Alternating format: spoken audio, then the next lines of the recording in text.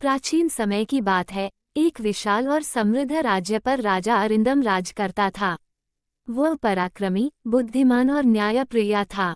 राज्य में सुख शांति थी, प्रजा खुशहाल थी और दुश्मन भी उसकी ताकत से भयभीत रहते थे। परंतु इतनी समृद्धि और शक्ति के बाद भी राजा को अपने भीतर एक खालीपन महसूस होता था। उसे लगता था कि उसकी आत्मा को सच्चा सुख और शांति नहीं मिल रही। एक दिन दरबार में उन्होंने सभी मंत्रियों और विद्वानों से पूछा, इस संसार में सबसे बड़ा सुख क्या है और सच्ची शांति कहाँ मिलती है। सबने अपने अपने उत्तर दिए। कुछ ने धन कहा, कुछ ने सत्ता और कुछ ने भक्ति। लेकिन राजा किसी उत्तर से संतुष्ट नहीं हुआ। उसी समय एक वृद्ध मंत्री ने सुझाव दिया, राजन, हमारे राज्य की सीमा के बाहर एक महान ऋषि रहते हैं, महर्षि विभानंद। वे वर्षों से तपस्या में लीन हैं। कहते हैं उनके पास हर प्रश्न का उत्तर है। आपको उन्हीं से मार्गदर्शन लेना चाहिए। राजा ने तुरंत निर्णय लिया कि वे स्वयं उस ऋषि से मिलेंगे। अगले ही दिन राजा साधारण वेशभूषा में, बिना किसी सैनिक या सेवक के, अकेले जंगल की ओर निकल पड़ा। कई दिनों की यात्रा के बाद वह एक गुफा तक पहुंचा जहां ऋषि विभानंद ध्यान में लीन थे।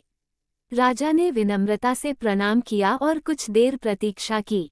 जब ऋषि ने आंखें खोली, राजा ने स्वयं को परिचित कराया और अपनी जिज्ञासा प्रकट की। हे महर्षि, मैं जानना चाहता हूँ कि इस जीवन में सच्चा सुख और शांति कैसे प्राप्त होती है। मैंने सब कुछ पाया है, सत्ता, धन, सम्मान, परंतु मेरा मन अशांत रहता है। ऋषि मुस्कुराए और बोले, राजन, तुम्हारा प्रश्न गूढ़ है, पर उत्तर सरल है। सच्चा सुख न तो बाहरी वस्तुओं में है, न ही अधिकारों में। वो तो आत्मा की तृप्ति में है, और आत्मा तभी तृप्त होती है जब जीवन सेवा, त्याग और सच्चे ज्ञान से जुड़ा हो। राजा थोड़ा भ्रमित हुआ और बोला, लेकिन मैं सेवा भी करता हूँ, न्याय भी देता हूँ, फिर भी ये शांति क्यों नहीं मिलती। तब ऋषि ने राजा से कहा, तुम्हें एक कार्य करना होगा।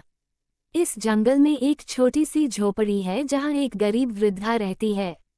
उसके घर जाकर 3 दिन उसके साथ रहो, उसकी सहायता करो, बिना बताए कि तुम कौन हो।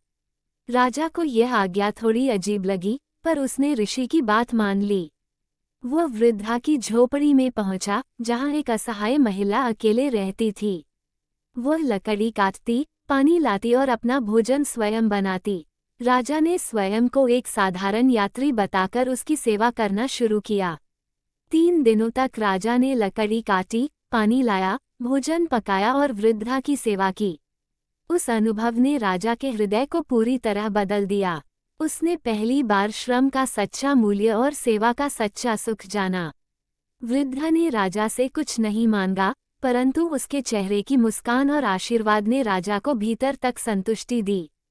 3 दिन बाद जब राजा फिर से ऋषि के पास पहुंचा, तो उसका चेहरा शांत था, उसकी आंखों में चमक थी।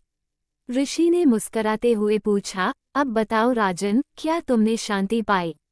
राजा ने श्रद्धा से कहा, हाँ गुरुवर, उस वृद्धा की सेवा करके मैंने जाना कि आत्मा को शांति तब मिलती है जब हम निस्वार्थ भाव से किसी के लिए कुछ करते हैं, जब हम अपने अहम को छोड़कर दूसरों के लिए जीते हैं। वह संतोष जो उसकी एक मुस्कान में था, वह मेरे पूरे महल में नहीं है। ऋषि बोले, ये ही सच्चा ज्ञान है राजन। राज्य चलाना आवश्यक है, परंतु राजा को कभी यह नहीं भूलना चाहिए कि उसका पहला कर्तव्य सेवा है। सेवा प्रजा की, सेवा धर्म की, सेवा मानवता की। जब तक ये भाव नहीं आता, तब तक सच्चा सुख नहीं मिलता, चाहे संसार का सारा वैभव क्यों न मिल जाए। राजा ने उनके चरणों में सिर झुका दिया और मन ही मन प्रण लिया कि वह अब केवल एक शासक नहीं, बल्कि एक सेवक बनकर शासन करेगा।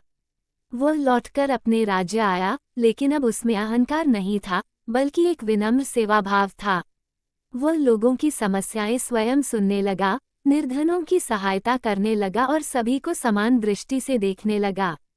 कुछ ही वर्षों में उसका राज्य एक आदर्श राज्य बन गया जहां हर कोई सुखी था, क्योंकि उनका राजा स्वयं सेवा का प्रतीक बन गया था।